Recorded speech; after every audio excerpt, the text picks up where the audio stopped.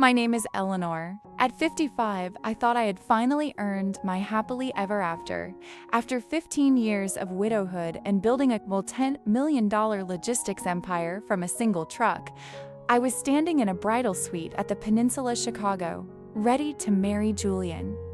He was 10 years younger, charming, and supposedly a successful venture capitalist. 3 hours before the ceremony, I was overwhelmed with a childish, romantic impulse. I wanted to surprise Julian. I knew he was coming up to the suite to change. I decided to hide in the large walk-in closet, planning to jump out and kiss him. It was a silly game that saved my life. I heard the door click open, but Julian wasn't alone. He was laughing, a cold, sharp sound I had never heard before. "Relax, Marcus," Julian said. "The old bird is at the spa. We have 20 minutes. My heart stopped. Marcus was his best man and business partner. I stayed frozen behind the rows of silk gowns. "Are you really going through with this?" Marcus asked.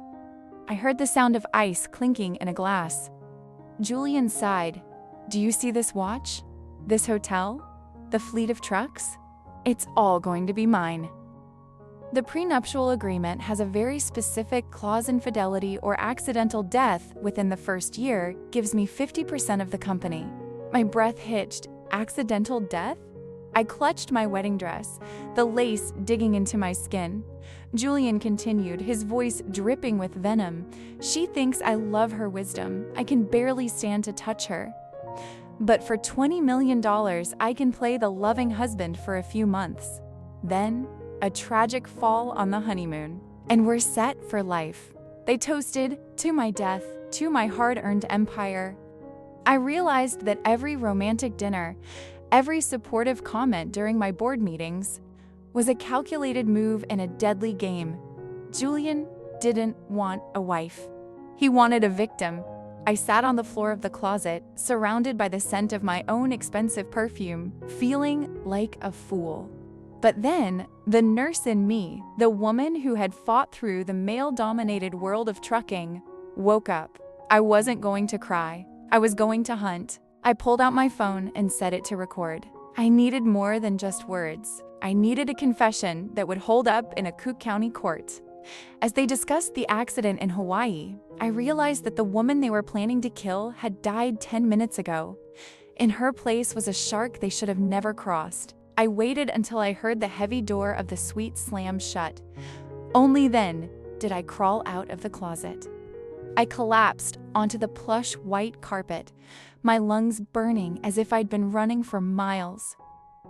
I looked at the champagne bottle Julian had left on the table, the same one he used to toast to my accident. My hands were shaking, but my mind was laser-focused. I didn't call the police immediately. If I did, Julian would simply lie his way out. I needed professional help. I called Detective Miller, a man who had handled security for my logistics fleet for a decade. "Miller," I whispered, "I'm at the Peninsula. My wedding is in 2 hours, and my fiancé just planned my murder in front of me. I need you here now." Miller arrived 20 minutes later, disguised as a hotel technician. We sat in the bathroom, the only place I felt safe from hidden bugs. He listened to the recording on my phone. His face turned grim. "Eleanor, I know this guy," Miller said. "His real name isn't Julian. It's a series of aliases. He's a black widower. He targets wealthy businesswomen, marries them, and then they disappear." My blood ran cold. I wasn't the first, but I was determined to be the last. Miller explained that Julian and Marcus had a history of insurance windfalls across the country. They were professionals. "If you cancel the wedding now, they'll vanish," Miller warned. "But if you walk down that aisle, we can catch them red-handed with the evidence of their conspiracy." It was the hardest decision of my life. I had to put on that white dress, look into the eyes of a monster, and say I do, knowing he wanted me dead. But I wasn't just Eleanor the widow anymore. I was Eleanor the CEO. I told Miller to coordinate with the local precinct. We were going to turn my wedding into a sting operation. I called my makeup artist back in. "Make me look perfect," I told her.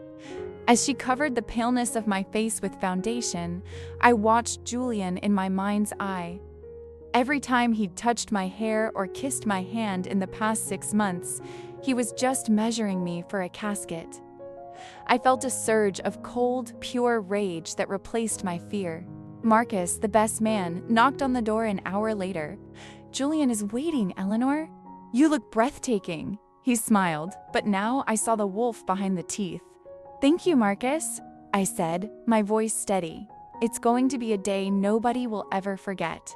I could see the greed in his eyes as he looked at my diamond necklace, a necklace he thought would soon be sold to pay his debts. Miller whispered through a tiny earpiece hidden under my hair. "We've tapped his phone." He just messaged a contact in Hawaii. "The accident is scheduled for Monday." "We have enough for a conspiracy charge, but we need the signed papers." The plan was set. The marriage certificate would be their death warrant. I took a deep breath and stepped out of the suite. The hallway was lined with white roses, flowers I had chosen, now looking like funeral wreaths. I walked toward the elevator, the heavy silk of my dress rustling like the wings of a predatory bird. Julian thought he was catching a prize. He had no idea he was walking into a trap set by the woman he underestimated. The grand ballroom was packed with the elite of Chicago business partners, friends, and family who had come to see the wedding of the year. As the music started, I saw Julian standing at the altar. He looked like a prince, his smile warm and inviting. But as I walked down the aisle, I didn't see a lover. I saw a hunter waiting for his prey to fall into the pit. My father's brother led me to the altar. My hand was steady on his arm, but my heart was drumming a war beat. When Julian took my hand, his skin felt like a reptile's. "You look like an angel, Eleanor," he whispered. I smiled back, the most difficult acting performance of my life. "And you, Julian, look exactly like what you are." He thought it was a compliment. The ceremony began. The officiant spoke of love, trust, and eternal commitment. I looked at Marcus, the best man, standing right behind Julian. He winked at me, a secret sign of victory between two predators. He was already spending my money in his head. Little did they know, Miller's team was positioned at every exit, dressed as waiters and security. "Do you, Julian, take Eleanor to be your lawfully wedded wife?" the officiant asked. Julian's voice was clear and soulful. "I do." He squeezed my hand, and for a second I felt a chill. He was committing to a murder, not a marriage. Then it was my turn. The room went silent. I took the microphone from the officiant. This wasn't in the script. Julian looked confused, then smiled, thinking I was going to give a romantic speech. "Before I say I do," I began, my voice echoing through the hall. "I think we should all hear a small story about a man named Julian. Should I say, the Black Widower?" The smile on Julian's face didn't just fade. It disintegrated. I pulled the small remote from my bouquet. On the giant screens meant for the wedding slideshow, I didn't show photos of our vacations. Instead, I played the recording from the closet. Julian's own voice filled the ballroom. "For $20 million, I can play the loving husband." Then, a tragic fall on the honeymoon. The guests gasped. A roar of whispers filled the room like a storm. Marcus tried to run, but two waiters tackled him before he reached the door. Julian stood frozen, his eyes darting around the room, looking for an exit that didn't exist. "Eleanor, it's a deep fake. It's a lie," he screamed. "Is this Hawaii contact a lie too, Julian?" I asked, pointing to the screen as Miller displayed the intercepted messages about my accidental death. The evidence was undeniable. The woman he thought was a burden had just dismantled his entire criminal career in front of the most powerful people in the city. Julian lunged at me, his face twisted in a mask of pure hate. "I'll kill you!" he roared. But before he could touch me, Miller was there. He slammed Julian onto the white-flowered altar, pinning his arms behind his back. The sound of handcuffs clicking was the most beautiful music of the night. I stood over him, my white veil flowing around me like a shroud for his future. "You said I was an old bird you could barely stand to touch," I whispered, so only he could hear. "But you forgot that birds have talons, and this old bird just tore your life to pieces." The police led Julian and Marcus out through the center aisle. The guests stood in stunned silence as the groom was marched out in chains. I looked at my wedding ring, the one Julian had placed on my finger minutes before. I took it off and dropped it into a glass of red wine on a nearby table. The officiant looked at me, trembling. The ceremony is over?" I turned to the crowd, my head held high. "The wedding is over, but the party is just beginning. The food and drinks are paid for. Let's celebrate the fact that I'm alive." As the band started to play a defiant, upbeat song, I walked out of the ballroom alone. I wasn't a bride, and I wasn't a victim. I was Eleanor, and for the first time in months, I was truly safe.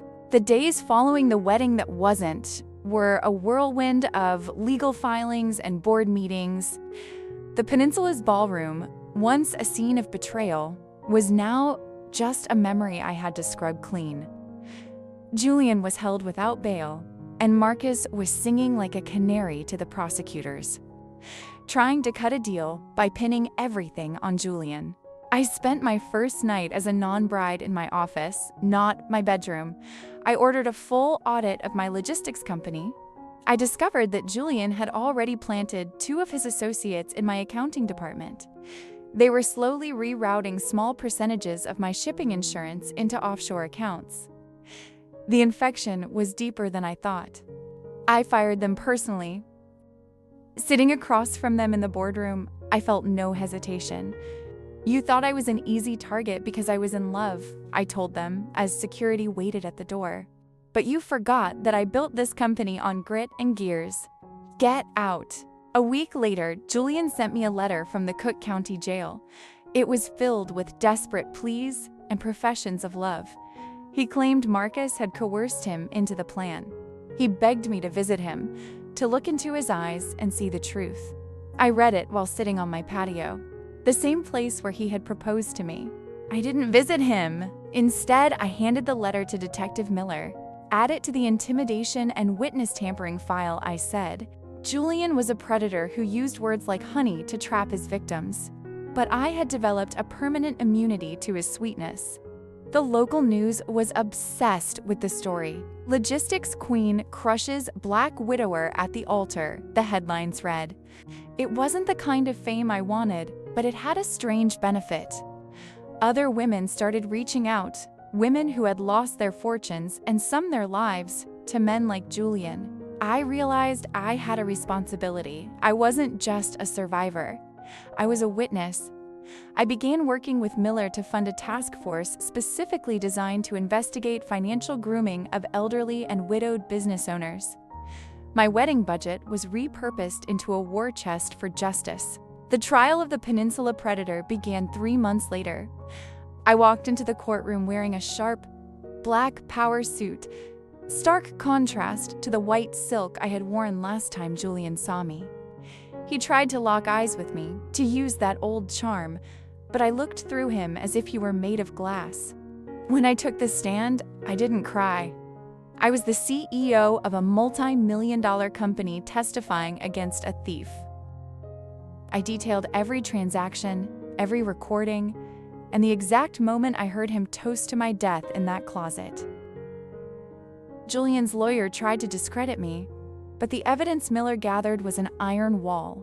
Julian's previous victims, inspired by my public stand, came forward. One woman had lost her family home to him in Seattle. Another had narrowly escaped a boating accident in Florida. The pattern was undeniable.